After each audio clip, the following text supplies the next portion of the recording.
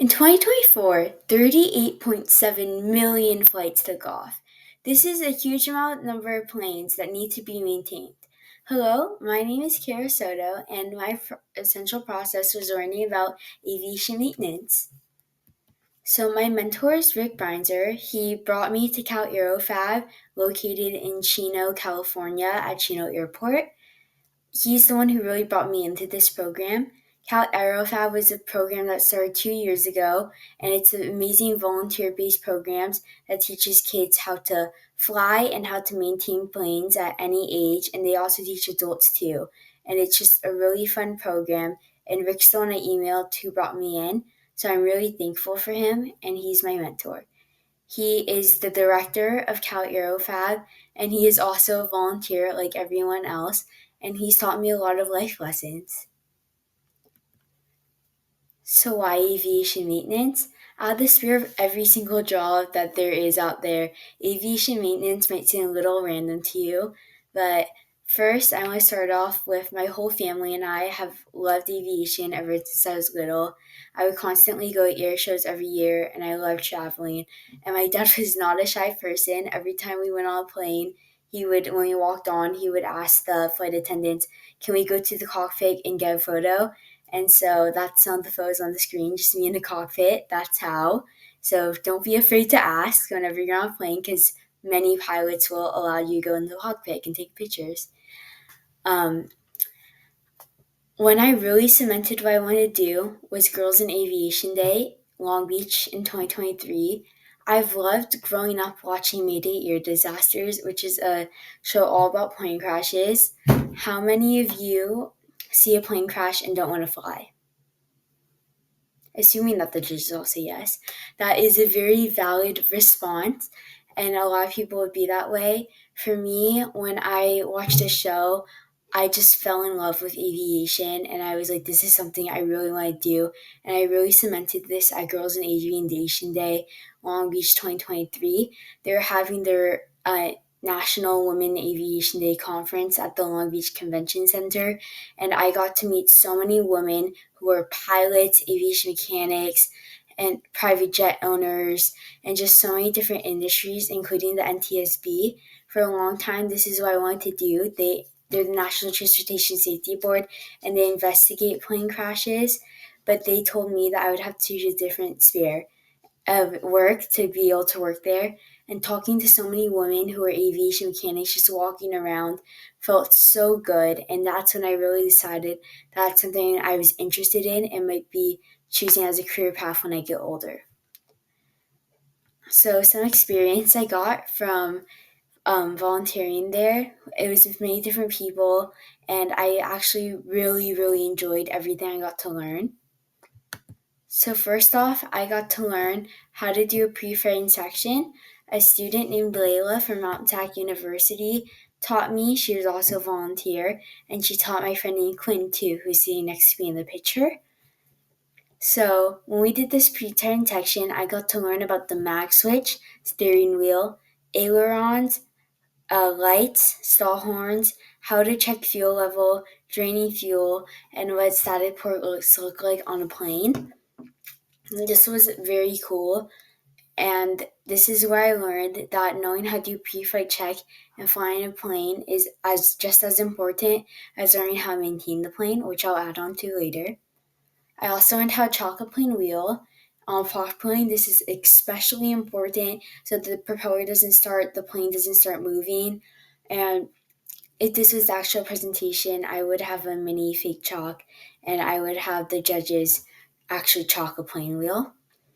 I also learned how to clean the T6. Well, not learning, but I just got on ladders, used some acid things, and cleaned the T6 of all its oil.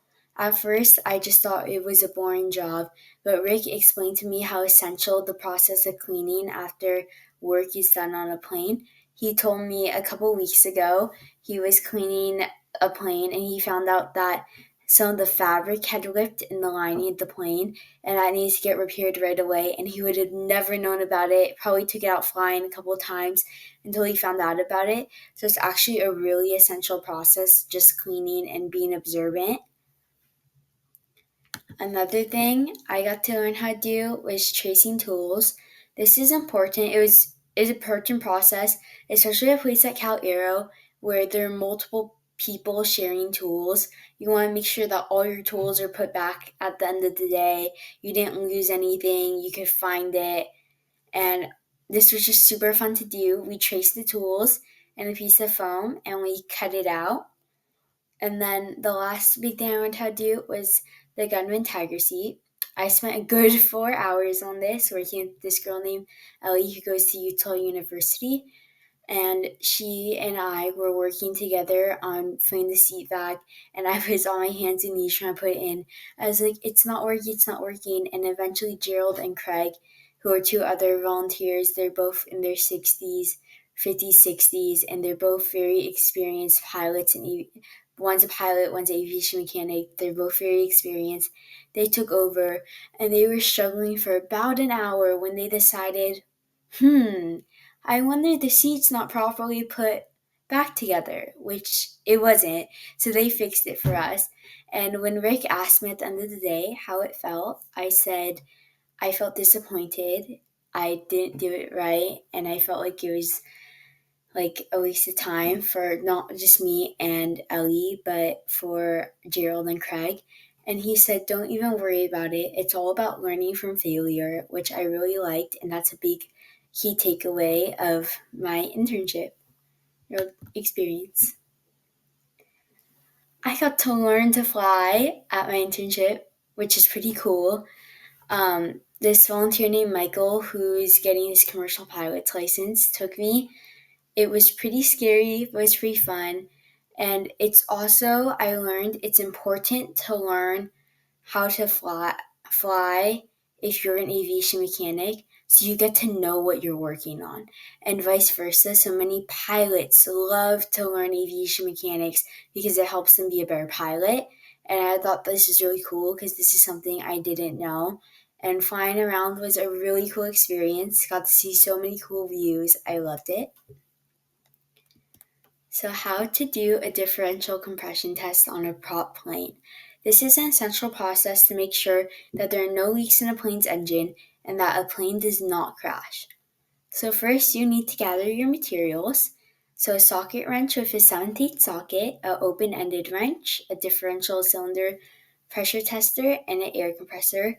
These will all be lying around a hangar for planes usually most times. So that's where you can find them. They're also found at any hardware store. So preparation, first you're going to push your plane outside and you're going to heat the engine up to 180 degrees Fahrenheit to 220 degrees Fahrenheit. And you can check this on the oil temperature gauge, which is this gauge on the screen right here. These temperatures are the regular operating temperatures, but for a prop plane, they do vary. So if you want to check your plane operating guide manual for further instructions. And then you're going to choose what workspace you want to work in. Most people prefer to work inside, but you can also keep the plane outside when you're doing this test. And then take out the engine cowling. Spark plug removal is the next step. You're going to locate the cylinders, which look like the first image on the screen, and you're going to remove the wiring harness. You can do this by gently twisting it off with your fingers or using an open-ended wrench to get it off. And then you're going to remove the spark plugs. Each cylinder has 2 spark plugs. They're both essential for the function of the engine, but for this test, you only need 1 spark plug per cylinder. There will be 4 to 6 cylinders on a prop plane, so if there are 4 cylinders, you're going to have to do this test 4 times, and if there's 6, you're going to have to do this test 6 times. So first, you're going to have to connect the tester. So you're going to attach the spud to the adapter. The spud is the little bottom part of the tester down there, which is located on the screen. And you're going to attach the spud to the spark plug adapter, which is once you remove the spark plug, there will be an adapter that you could just tightly screw the spud onto. And then you're going to attach the compressor line to the tester, which is the part on the line on the air compressor that supplies the air. And you're just going to put it onto the tester, and then make sure the knob's completely turned off counterclockwise, just completely turned off, because you don't want air to start coming through. You can make sure that everything's connected properly, and if you don't hear any air leaking out if you test this whole method together. So in order to do this test before you start anything, you have to find top dead center. Once you find it once, you can keep it at this for the rest of the cylinders to be done. So to do this, you're going to have to bring in two people or just completely avoid the prop. TDC is the angular position at the top of the stroke, and you'll find this by hearing a click. So you're going to want to move the propeller until you hear a click at the top, and then you're going to have two people come in or just completely avoid the prop and hold the prop like this with one arm over, one arm under, and like you're hugging it close to your body, because if the prop starts, there's a high chance of losing a limb or someone getting extremely injured due to just how fast the propeller stops moving if it gets one full rotation around.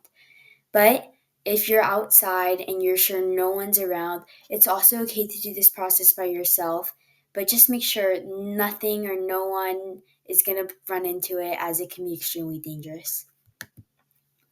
So the test itself, move the knob clockwise until it hits 80 psi on the left, which is the income. And once you see 80 psi on the left gauge of the tester, you'll know that this is like the standard psi where you need to be. And you want to look at the outcome for this. The outcome will be on the left gauge. And if it's 75 to 80 psi, your engine's new. If it's 60 to 75 psi, your engine's acceptable. If it's 60 to 65 psi, your engine needs to be checked every 100 hours. And if it's below 60 psi, your engine needs to be replaced. So I'm going to go up to the judges, and I'm going to give them a ticket and give them a random number and ask them, would their engine be ready for takeoff? And then they'll answer. So the most important thing is listening for leaks, and you do this if the PSI is low, because this means you have a leak. So you can find a leak in the intake valve, which is the blue thing in the model, the exhaust valve, which is the red image in the model, or the rings, which are the side rings that look like the lines in the model. And if there is a leak, this means you most likely have to replace the cylinder. However, if there isn't a leak and your PSI is just really low, you could be like some of my mentors and take a hammer and just hit a cylinder and try to get it up. Sometimes this fails and results in the PSI just getting lower, but sometimes, in the cases like my mentor, it goes up higher and then you don't have to replace the cylinder. So at this point in time, I would bring out a hammer and I would have the judges hit something, and I'd be like, oh, it went down, or oh, it went up, and I would just have it be like a really funny moment.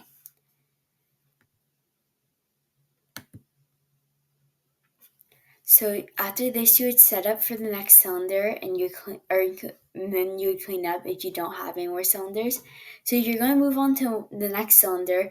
You would move the knob counterclockwise to turn it from 80 psi to 25 psi, and then you're going to turn the valve on the air compressor off. Then you're going to unscrew the spud from the spark plug adapter and move it into the next spark plug adapter. If you're done with all the tests, you're going to move the knob counterclockwise to 0 psi, disconnect the air compressor line from the tester, and remove the spud from the spark plug adapter, so everything's just how you put it together in the first place.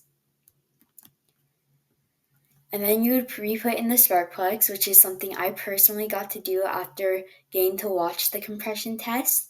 You would first thread the spark plug back into the adapter, and once it's in, you would make sure to use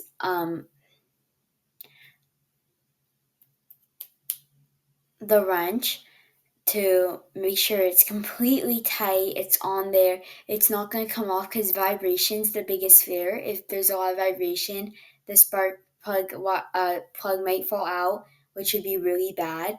Then you also reattach the wiring harness using your fingers and then eventually a open-ended wrench to make sure it's as tight as possible. And then after that, you're done and you would want to put the engine cowling back on your plane. So why would you do this process? Well, the number one thing is to ensure safety. The FAA has some standard safety rules that you want to meet, and making sure the engine, which is a crucial part of the plane to get to run and to get to work safely, is good. You should have to do this test on a prop plane, and the main goal is just to make sure there are no leaks in your plane. So the requirements to get this job again is very important. So many people depend on this job to keep them safe while flying. Other professions like pilots and flight attendants and just passengers in general. So you have to at least have graduated high school. It's recommended in high school that you take math and physics. And then for college, you have to be in an FAA approved AMT program. There are a little bit over 100 schools in the United States which are certified by the FAA for this program. And you could do this, but if you don't want to take the college route, you could also get 18 months of hands on experience. And then you would need to get FAA certification. And there are there are two different certifications: the airframe certification and the power plant certification. The the airframe certification allows a mechanic to work on the structure, wings, fuselage, and other external parts of the aircraft, while the power plant certification allows a mechanic to work on the aircraft's engines and internal components, which is very important. So if you want to work on the whole plane, you have to get both certificates. And you get these certificates by doing an oral, written, and practical exam. So, would I do this job? Yes, I absolutely loved my experience over at Cal Aero. I'd be so interested in doing this job in the future. Thank you so much for listening. I hope you learned something new about aviation mechanics. Do you have any questions?